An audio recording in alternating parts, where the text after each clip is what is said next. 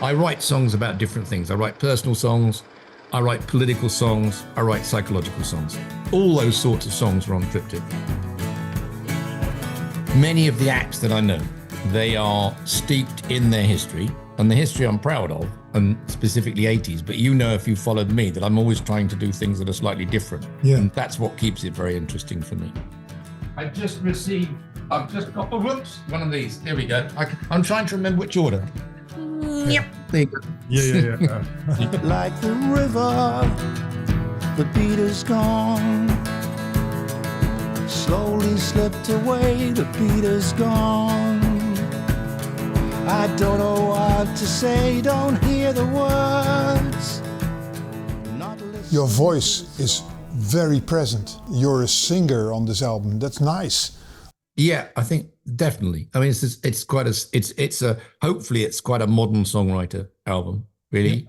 I don't sing things lots of times, ever. I sing things maximum, I don't know, normally 3 times maybe. The first time you're warming up, the second one's mostly the take, and the third one's bits to get it right. It doesn't matter about the microphone. As long as the microphone works, everybody says, oh, I've got to use this 10,000 euro mic. It's not true. It's the performance. You got to get the vibe right, essentially. I think it's the right vibe for the right place with the Triptych songs, definitely. The silver-painted lady and the gold man on his throne were entertaining tourists by standing still alone. I came into a welcome, but I'm leaving here alone. The beat goes on. And also with Stevie Forward producing, we've worked together for 30 years, but he is a brilliant traditional producer. He was Ray Charles's man. He traveled with Ray Charles for 15 years, recording and doing stuff like that. So Steve is quality old school. That's the way he does things. And he played some bass on this as well. Are you someone who needs a producer? I work pretty much on my own, but I mean, with Steve's an engineer producer. It's nice to have things to bounce off. It's nice to show off to somebody. If you're singing, he's used to working with people at a very high level, and he knows how well I can sing or how well I can perform. And so therefore it's good to have a bouncing board in that sense.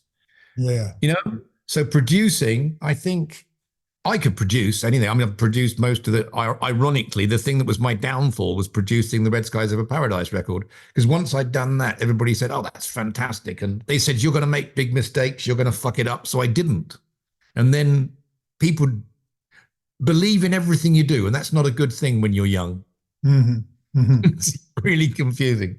But yeah, producing, I mean, I always co-produce with people. And with a Triptych record, it was done quickly, which is nice. So it's got an overall really good vibe to it. We recorded most of it in about 5 days. 5 days? Wow. So you don't have the studio feeling, actually, because it was just 5 days. But the thing with Steve, he mixed it in Paris. He mixes in his apartment that, you know, it's like a studio. So he will always polish things. We sometimes argue about that because for me, I would call this record, I like it a lot. I think it's quite a straight record. Yeah. It's quite a straightforward record. And he's brilliant at that. Absolutely brilliant at that. This year, what I'm doing is, if you've seen my career, I've done everything from that sort of stuff to hip hop and poetry and all that kind of shit. So this year, I've got 2 sides of my head being represented. This is the more traditional, you know, good songs with a good production around it. And then later in the year, I've got the very mad one, which I think you'll also like. You are releasing 2 albums in 1 year. Yes. Why is that? I am definitely neurodivergent, but I see it as a superpower. It's a very positive thing. When they say the kids are ADHD, fuck it, it's like they've got something wrong with them. It's not true. It's a superpower. The difficulty is it's brilliant in business. It's brilliant in career. It's wonderful for performance because your head's going everywhere at the same time. I just find a number of things in everyday life very difficult. Yeah. So I thought this year what I would do is I'd represent 2 different sides of what I do to represent the neurodivergence, and I'll big it up. I don't want kids I don't want kids being labeled negatively because they think in a very different way. And that's part of my campaign this year. Caught up in a moral vacuum, voting for distress. Never thought that you and I could fail. Caught up by the moral vacuum, voting for a change. The thing that's difficult for me is people put you within a framework of where you come from, which is fair enough. So what they would expect always from a FisherZ record, they'll expect it to be of an 80s new wave style. If they follow all the 29 albums that I've made, they're very, very different. Obviously, the voice is still the same, but the approach is different. I was discussing something very interesting today. There's a friend of mine who used to be the editor of Mojo. And we were saying, for instance, I was a huge Captain Beefheart fan as a teenager because all my mates like Pink Floyd and they like these different things. And I thought, no, I don't want that. And for me, for instance, Beefheart and Zappa, the idea, they were punks. They were art punks. They were anti-establishment. They were punks, man. And I always liked that. And when the new wave thing happened and punk happened, I didn't see that as anything new. I saw it as a continuation of anti-establishment revolutionary stuff. I mean, Beefheart, I couldn't listen to it. You can't listen to it. You can't eat your dinner and listen to Beefheart. But I just admire the bloke. I mean, I admire Beefheart and Zappa as well, but Beefheart specifically. And you're just saying, yeah. So, for instance, people wouldn't, when they try and define them, they'd look at the era they come from, you know, the mid to late 70s, and they'd say that they can't be punks. They were part of the old school. They weren't. For me, ultimate punk. If you're writing about politics, are you writing about your own politics in Brexit England, or are you writing about worldwide politics, war? My interest in politics is at least as high as my interest in music, because I'm an artist rather than a musician, I think. And where I came from, I was always really, really interested in things political. Also, obviously, the early political stuff I wrote was about world politics, European politics, whereas most of the punks and the other people, they were talking about Thatcher and they were talking about jobs in Britain. I hope you get to read this letter.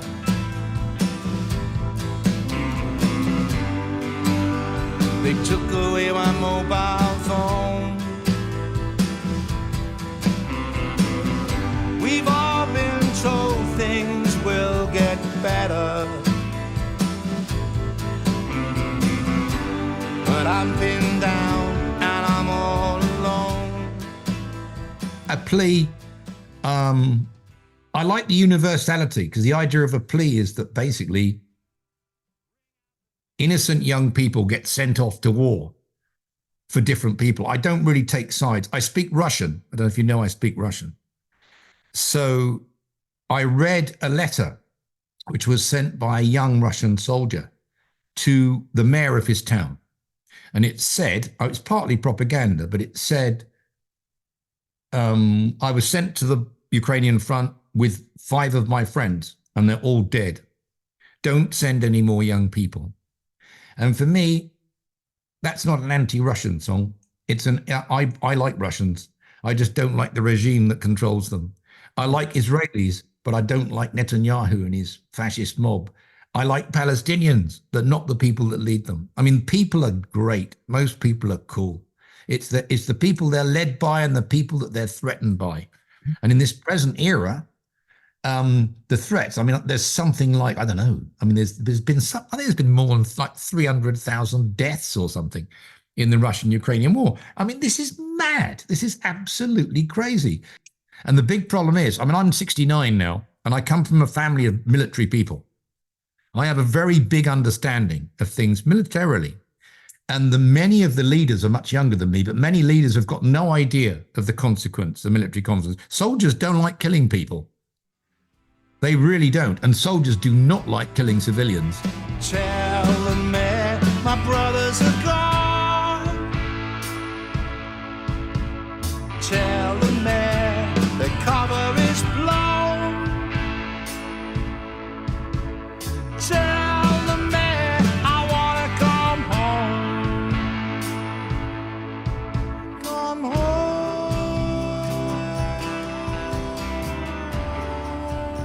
There was a documentary done by an English guy about a year ago, which I found phenomenal, because he was really scared. He was in the trenches, both sides, in Russia and in the Ukraine, in the Russians and the Ukraine. And what was weird was the dangers. You had the First World War set against a 21st century background. So, you know, when you see war films, it's all mud and brown and blah. This is fucking trees and places like that. But there's people being killed all over the place. And this bloke was in the middle of it. And that was the first time I've seen it reported. He was scared. And you just got this real fear. But you don't see things like this. It's so easy for people to just see something online and tick against it, support it, do something else. And when they're going out into the street and shouting slogans, they're not connected with the reality. I don't understand the reality. They can't possibly. I mean, I find it absolutely, I'm an optimist normally. I'm a big positive person. When they talk about they can't find their solutions to Palestine, they can't find their solutions to Ukraine. Finding the solutions is not difficult. It's getting people to accept the solutions that's difficult. All conflict in the end, even if people beat somebody else terribly, it ends up in a compromise of some sort. And when everything becomes so terribly polarized, so right and left, so up and down, it makes compromise, negotiation difficult. My father was a liberal politician, and he was a mayor. And my dad said one thing about politics, and that's this: the obligation of world leaders, local leaders, and politicians in general is to make everybody who they represent, whether they're rich, poor, black, white, whatever, have a happier life.